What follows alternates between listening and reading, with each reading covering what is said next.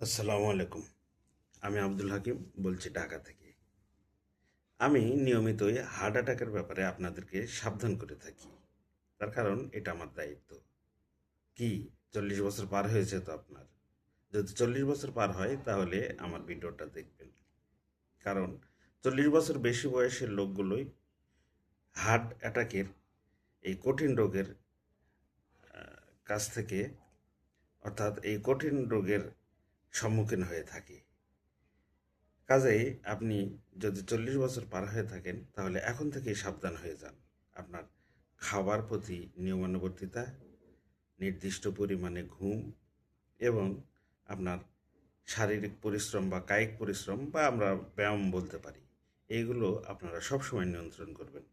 তাছাড়া আমার মতো আপনারা অকালে হার্ট অ্যাটাকে পরিণত হবেন। আসসালামু আলাইকুম।